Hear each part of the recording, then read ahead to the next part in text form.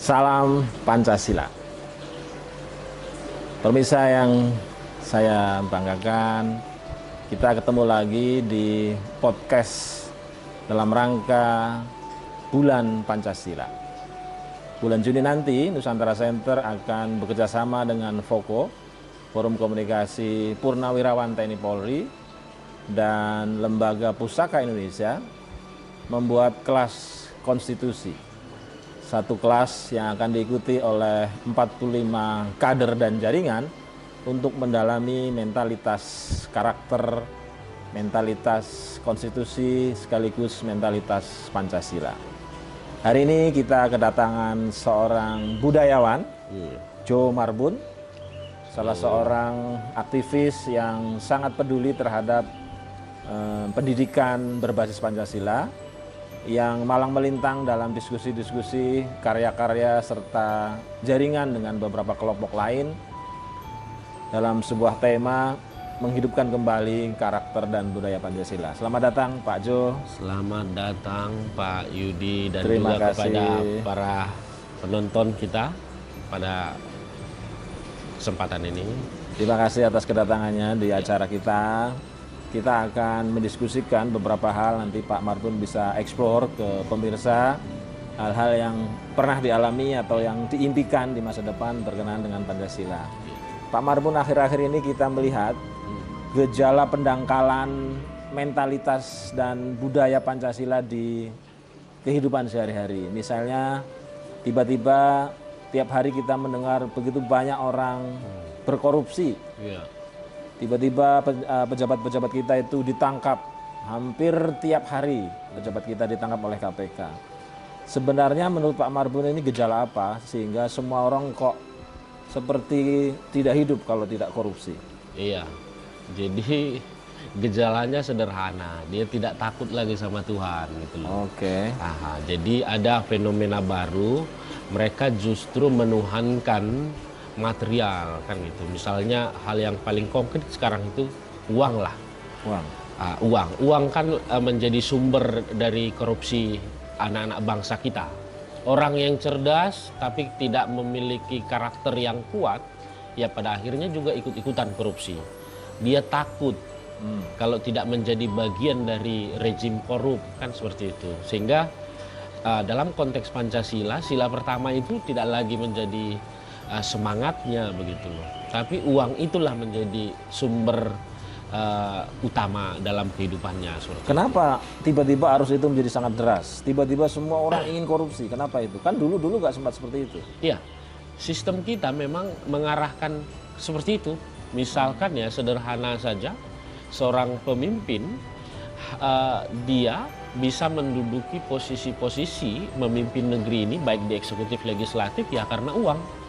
Jadi bagi yang tidak punya uang, secerdas apapun penemuannya bermanfaat bagi masyarakat di dunia ini, ya tidak akan dianggap sebagai seorang pemimpin yang visioner dan memiliki karakter kuat. Jadi itu semua karena sistem? Iya, sistem itu. Jadi kalau menjadi, misalnya ya sederhananya, jadi anggota dewan, paling tidak untuk DPR RI itu miliaran, puluhan miliar seperti itu. Kalau menjadi seorang presiden, triliunan, kan seperti itu. Jadi sudah ada grade-grade-nya. Triliunan kenapa? Karena yang dia harus ampu ataupun yang dia harus ajak itu seluruh rakyat Indonesia, kan gitu. Nah, kalau misalnya DPR kan hanya per wilayah-wilayah. Kalau DPR misalnya satu provinsi, maka uang yang harus disiapkan juga lebih besar dari itu, kan gitu. Nah, sistem ini terjadi dan semakin kuat di masa era reformasi. Makanya ya ketika di dalam konteks evaluasi reformasi juga sesungguhnya sudah sejauh mana keberhasilan orde reformasi ini. Ya kenyataannya KKN itu malah tumbuh subur, malah sampai tingkat desa RT RW bahkan, kan gitu. Nah, desa yang tadinya punya kearifan lokal sendiri, kita bicara dalam konteks kebudayaan, misalkan periode ini dari kelompok keluarga, karena kan di tingkat desa kan semua masih keluarga kan gitu. Betul. Dari kelompok keluarga ini, nah, pilihlah siapa yang terbaik dari kelompok Anda kan gitu. Dari tahun periode berikutnya pilihlah dari kelompok ini, pilihlah yang terbaik dari kelompok ini siapa kan gitu. Itu untuk dijadikan sebagai pimpinan di desa. Tapi sistem itulah yang mengubah semua, bahwa memilih seorang kepala desa siapa yang banyak uangnya atau siapa yang dekat dengan sumber-sumber keuangan. Itu yang disebut oligarki itu kan. Jadi menurut Pak Marbun, banjir korupsi itu dimulai dari keberhasilan mereka merubah konstitusi. Ya, jadi konstitusi kita memang itu tadi sudah arahnya memang ke arah ke arah ya liberalisme itu tadi, dan uang menjadi dewa dalam konteks kontestasi politik dalam setiap proses-proses pemilihan itu. Nah, kalau kita balik ke soal Pancasila, kalau sistemnya sudah melenceng, kalau tata caranya sudah melenceng dari mentalitas Pancasila, sebagai masyarakat kita harus ngapain tuh biar nggak beginilah kira-kira. Betul. Gitu. Kalau kita misalnya tersesat, kita harus mencoba dulu kembali ke titik awal di mana kita memulai kan seperti itu. Apakah kemudian kembali akhirnya tidak jadi? Bukan. Kita kembali itu untuk mereorientasi lagi kemana sesungguhnya arah kita yang benar kan begitu. Jangan sampai kita tidak kembali, malah ketika kita jalankan malah semakin tersesat dan kita tidak tahu tujuannya mau kemana kan seperti itu, karena tidak ada lagi pijakan. Nah, pijakannya di dasar fondasi yang sudah salah. Nah, makanya supaya tidak begitu, kembali dulu ke pijakan awal kita di mana gitu. Nah, dari situlah kita kemudian menentukan lagi sekaligus mengevaluasi apa sih persoalan kita ketika kita jalan terlalu jauh, tapi kemudian kok ini terjadi kan gitu. Dari situlah kemudian kita menentukan langkah selanjutnya. Setelah kembali kita tentukan langkah selanjutnya mau kemana Indonesia ini. Nah, dalam konteks bernegara juga, ketika konstitusi kita digunakan sebagai alat untuk menyuburkan praktek KKN ataupun sistem kita menyuburkan praktek KKN, maka kita harus kembali ke konstitusi awal. Karena dalam konteks kebijakan bernegara kita di awal-awal, kontribusi dari masing-masing daerah untuk menyatukan diri, menyebut dia bagian dari Indonesia itu perlu dihargai, dan itu dihargai oleh para pendiri bangsa kita. Yang kedua juga kita harus melihat bahwa selain daerah-daerah ada kelompok-kelompok. Nah, kelompok cendekia, kelompok profesi yang kemudian juga turut diakomodir. Karena apa?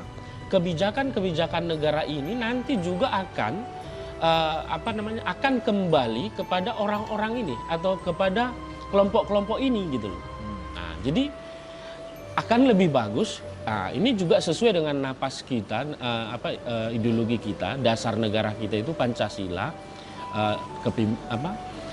kerakyatan yang dipimpin oleh hikmat, kebijaksanaan, dan pemersatu dan perwakilan. Ya, itu kalau soal korupsi kita mulai sepakat tuh. Sekarang misalnya kalau konteks lain Pak Marbun, misalnya tiba-tiba kita ini disuguhi oleh para elit yang kita tahu bahwa mereka sebenarnya tidak cakap. Ya. Tiba-tiba artis jadi politisi, tiba-tiba pimpinan agama jadi politisi, tiba-tiba orang bukan siapa-siapa lalu bisa jadi menteri. Itu kan seperti membiarkan wilayah publik jatuh pada budaya non Pancasila, budaya non konstitusi. Itu menurut Pak Marbun bagaimana itu? Kok bisa kita jadi begini ini?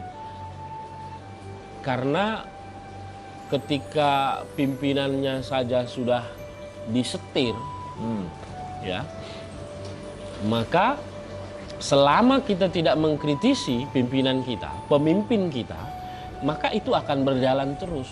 Mereka ketika sudah berada di puncak kekuasaan, mereka berada di dalam zona nyamannya kan gitu. Sehingga ketika kita juga menyampaikan hal-hal yang sifatnya biasa, memberikan masukan secara biasa, paling mereka akan mengatakan, lu, saya sampai di sini tuh butuh banyak duit kan gitu. Sehingga ketika mereka mengatakan, iya, ide itu bagus, tapi saya nggak sendiri, ada yang lain juga harus menentukan. Nah, ini kan hal-hal yang sesungguhnya alasan-alasan yang dibuat. Maka ya tiada lain sebenarnya harus ada gerakan-gerakan untuk mengingatkan kembali pemimpin-pemimpin republik ini. Ya boleh dikatakan ya pilihan terakhir revolusi. Ya, karena misalnya ini hal konkret yang kita sampaikan bahwa beberapa orang di MPR RI, beberapa orang di DPD RI maupun beberapa orang di DPR RI maupun banyak masyarakat semua bercerita tentang problem-problem kebangsaan kita ini, termasuk orang-orang yang tidak cakap justru diberikan kekuasaan yang kemudian tidak tahu kekuasaan itu mau digunakan untuk apa kan gitu. Sementara orang-orang cerdik cendikia, ya kalau tidak ada duitmu, tidak ada koneksimu, ya jangan harap Anda bisa masuk dalam ruang-ruang kekuasaan itu. Nah, itulah yang dikatakan kekuasaan itu hanya dimanfaatkan untuk kepentingannya sendiri. Padahal pemimpin-pemimpin Pancasila yang kita harapkan adalah pemimpin-pemimpin yang mampu membawakan Indonesia ini menuju cita-cita kemerdekaan itu sendiri gitu loh. Ya. Nah, inilah problemnya. Kalau hanya kita sowan menyampaikan sesuatu, dia menyatakan hal yang sama. Tapi kalian harus menyadari bahwa saya setuju, belum tentu yang lain setuju. Bahkan ada anggota DPR yang mengatakan, ngapain kalian capek-capek bicara sama kami, yang menentukan itu adalah ketua pimpinan partai gitu loh, ketua partai gitu loh. Sehingga persoalannya ya di situ. Nah, kalau konteksnya ke pendidikan coba kita ingin tahu begitu hancurnya kebudayaan kita, budaya gotong royong hancur, budaya malu hancur, budaya tepo seliro hancur, budaya menghormati orang pintar, menghormati orang bermoral itu sudah tidak ada. Kalau kita masuk ke dalam lingkup pendidikan, kita harus bagaimana itu?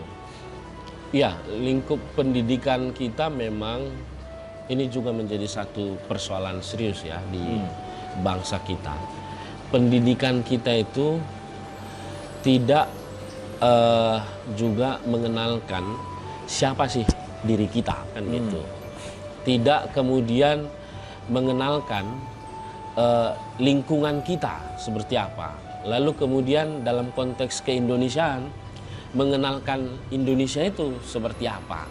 Dan apa tanggung jawab kita sebagai warga negara untuk Indonesia ini kan ke depan. Jadi satu hal, kita belum memiliki istilahnya pendidikan yang kemudian mengajak warga negara ini menjadi warga negara yang bertanggung jawab sebagai warga negara. Nah, dalam konteks kebudayaan kita harus mengakui bahwa banyak local genius yang sesungguhnya bisa kita pelajari. Kita pelajari secara baik, dan kemudian banyak tokoh-tokoh ya mungkin itu ada di buku Berlogika Pancasila ya.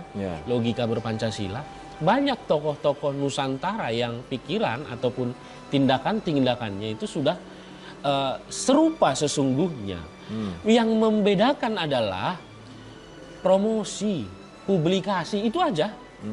Nah, ketika tokoh-tokoh asing dipromosikan, dipublikasikan melalui sistem-sistemnya, maka dia menjadi mendunia, kan begitu. Nah, kita jangankan kita dorong kamu harus mengingat tokoh-tokohmu, tokoh-tokoh Nusantara. Jangankan itu, merasa ada sebuah sebuah pandangan di masyarakat kalau kamu mengenal itu kamu kuno. Kita sudah memasuki zaman modern kan gitu. Sehingga apa?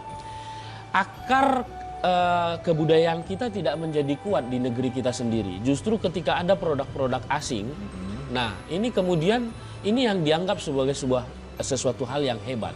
Nah makanya ini harus kita kembalikan bahwa kita harus belajar karena masing-masing daerah itu atau masing-masing wilayah atau masing-masing negara itu punya cara untuk menyelesaikan setiap persoalan yang mereka hadapi. Nah, ketika itu tidak digunakan, kita menggunakan kacamata asing untuk menyelesaikan problem kita, maka ya kita tidak menjadi ya sesungguhnya tidak menjadi cerdas karena kita tidak punya akar kebudayaan yang kuat.